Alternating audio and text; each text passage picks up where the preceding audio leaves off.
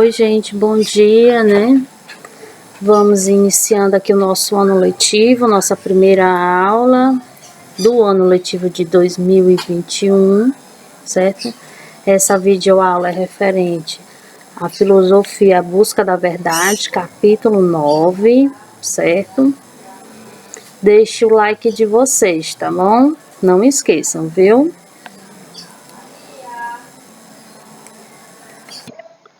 Teoria do conhecimento. Página do livro de vocês 105, quem quiser ir acompanhando no livro, página 105. Temos aí logo o início, teoria do conhecimento, que parte justamente da crítica da capacidade de conhecer, foi iniciado, né, no século 17. A filosofia, ela reflete com base nos problemas do seu tempo, por isso mesmo, as concepções sobre o conhecimento e a verdade mudam e se refinam, certo? Aí, só explicando melhor, né, logo esse comentário referente à teoria do conhecimento, que os filósofos da antiguidade e da Idade Média, né, se interessaram por questões relativas ao conhecimento, certo? Embora ainda não se tratasse propriamente de uma teoria como disciplina autônoma. Mesmo assim, isso se deve ao fato de que, com exceção dos céticos, né, aqueles filósofos não colocavam em dúvida a capacidade humana de conhecer. Eles explicavam como conhecemos, certo? Filosofia pré-socrática, nós temos aí a origem da filosofia, né, que é explicada como se deu a passagem do mito para a filosofia e como pensaram vários filósofos pré-socráticos. Aí nós podemos destacar dois filósofos, um deles Heráclito e o De Vir, né? Procurou justamente compreender a multiplicidade do real. Todas as coisas mudam sem cessar. Pensamento dele. E que temos diante de nós em dado momento é diferente do que há pouco e do que será depois. Aí ele usou, né, uma expressão muito, digamos assim, que explica um pouco do que acontece nas transformações do ser humano, né, em si. Nunca nos banhamos duas vezes no mesmo rio, certo? O que isso significa, né? Porque ele trouxe justamente essa expressão para o ser humano, para o ser refletir, né? Nunca nos banhamos duas vezes no mesmo rio. Isso quer dizer o quê? Qual é o objetivo dessa expressão, né? Que o tempo passa e com ele nossas mudanças avançam. Filosoficamente falando, podemos entender essa ideia, né, desse pensador como sendo as transformações que o mundo e que nosso ser passa. Todos nós passamos por grandes transformações, nós temos as nossas etapas, né? Nós evoluímos conforme o tempo, nós temos que acompanhar um ritmo, né, do dia a dia, do tempo, certo?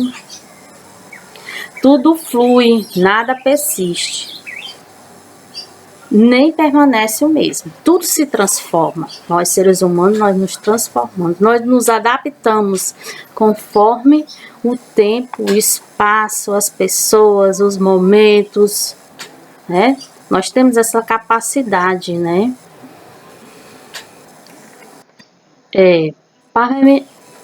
Parmênides, né? O que era o pensamento dele maior, o ser imutável. Com base no princípio estabelecido, Parmênides conclui que o ser é único, é imutável, infinito, imóvel. Uma das consequências da teoria de Parmênides é a identidade entre o ser e o pensar.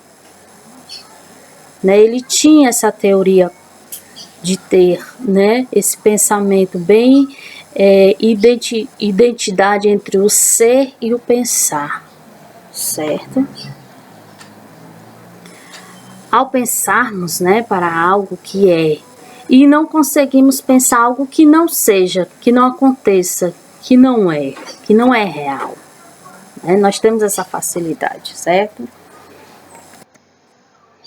Os sofistas e a arte de argumentar.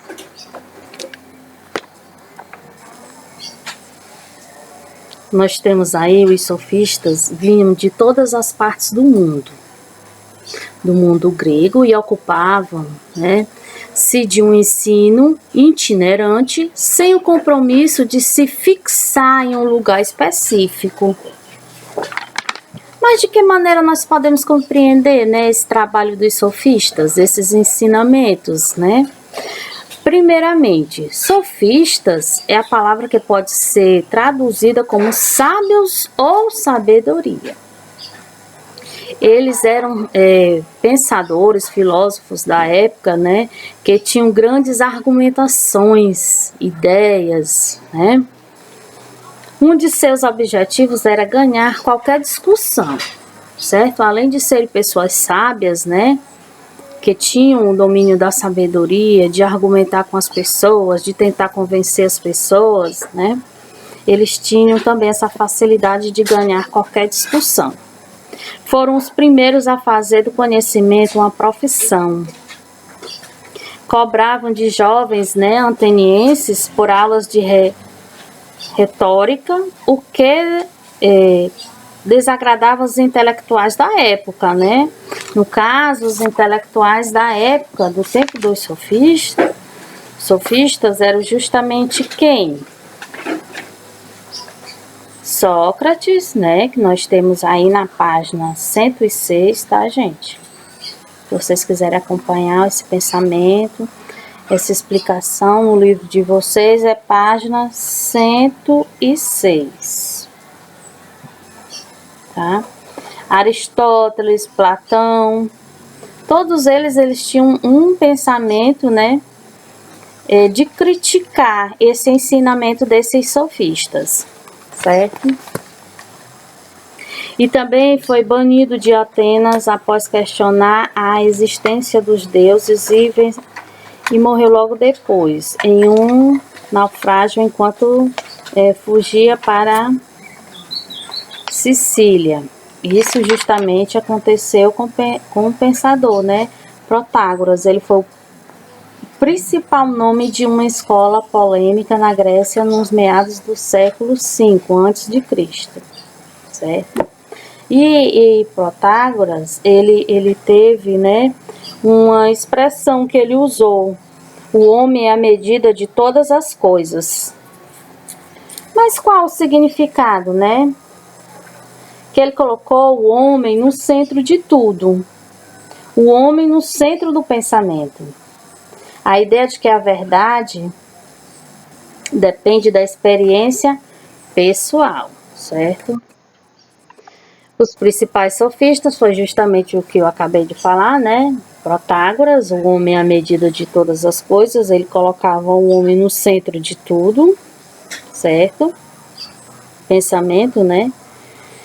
E também Sócrates era extremamente crítico quanto aos sofistas, pois fazia uso da retórica e do relativismo como ferramentas a fim de atingirem objetivos particulares, certo?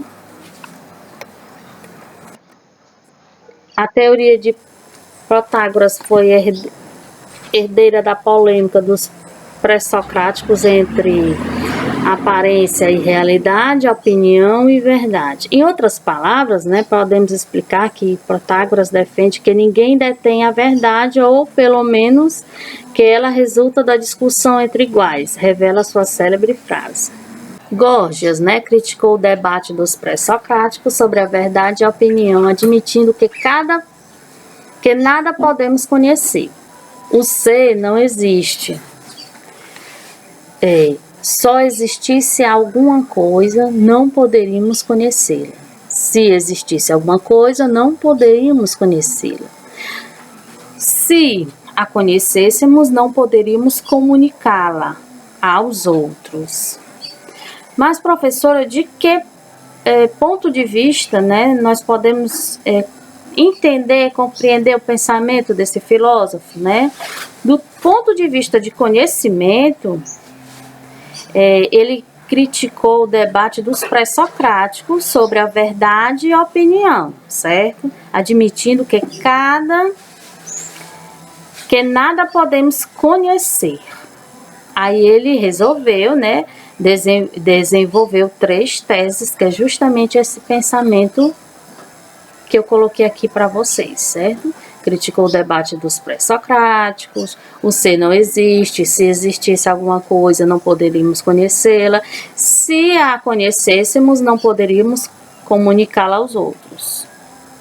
E também essa crítica ao conceito de verdade, porque o ser não se deixa desvelar pelo pensamento, certo? O caminho pelo qual a razão busca iluminar os fatos sem chegar a uma conclusão definitiva. Esse era o pensamento que ele tinha, ok? Agora eu vou colocar uma música para vocês, Tempo Perdido. O objetivo dessa música é justamente tratar de uma reflexão acerca da passagem inevitável do tempo e da condição efêmera da vida. Apesar do título, né, essa mensagem da música que sempre pode nos mudar nossas propriedades e nossos modo de viver, de que devemos nos dedicar ao que realmente é importante para nós. Nós devemos nos dedicar àquilo que realmente nos interessa, o que pode, né, somar, contribuir para o nosso futuro, certo? Vamos ouvi-la.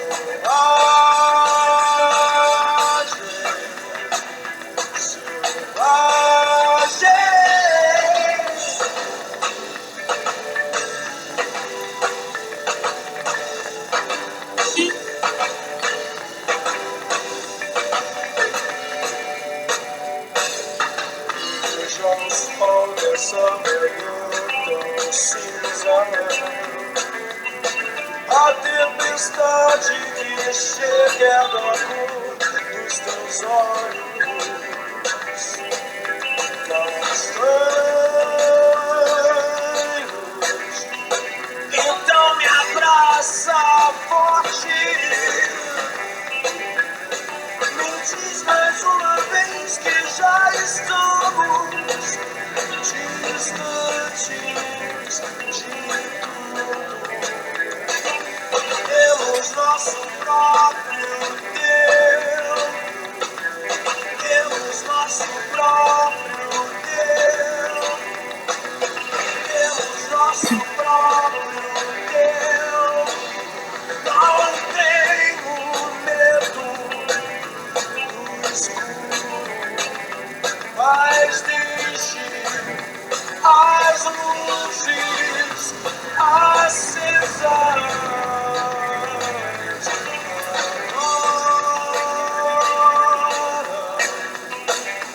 O que foi escondido é o que se escondeu, e o que